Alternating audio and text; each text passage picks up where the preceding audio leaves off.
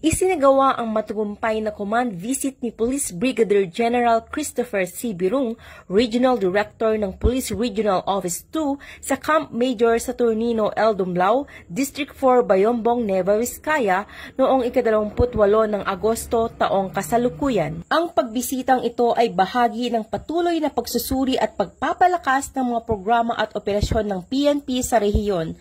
Sa pagsisimula ng programa, malugod na tinanggap ni Police Colonel Camlon Pinas Doman, Provincial Director ng Nueva Vizcaya Police Provincial Office, si Police Brigadier General Birung at ang kanyang delegasyon. Sa kanyang mga pambungad na salita, ipinahayag ni Police Colonel Doman ang kanilang buong suporta sa mga advokasya at programa ng PRO2, gayon din ang kanilang kahandaan sa pagpapatupad ng mga direktiba mula sa pamunuan. Sa kanyang mensahe, binigyang diin ni Police Brigadier General Birung ang kahalagahan ng pagkakaisa at kooperasyon sa pagitan ng mga tauhan ng PNP sa pagsasakatuparan ng kanilang mga tungkulin.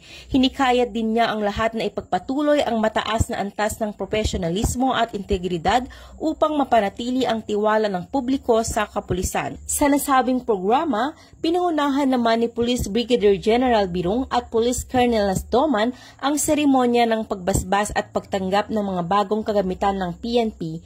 Ang mga bagong kagamitang ito ay inaasahang magpapalakas sa kakayahan ng Nueva Vizcaya Police Provincial Office sa pagsasagawa ng kanilang mga operasyon at pagtugon sa mga pangangailangan ng komunidad. Bilang tanda ng opisyal ng paggamit ng mga bagong kagamitan, isinagawa rin ang ribbon cutting ceremony at unveiling ng marker na sinaksihan ng mga opisyal at tauhan ng PNP, gayon din ng iba pang mga panauhin mula sa iba't ibang sektor ng pamahalaan at komunidad.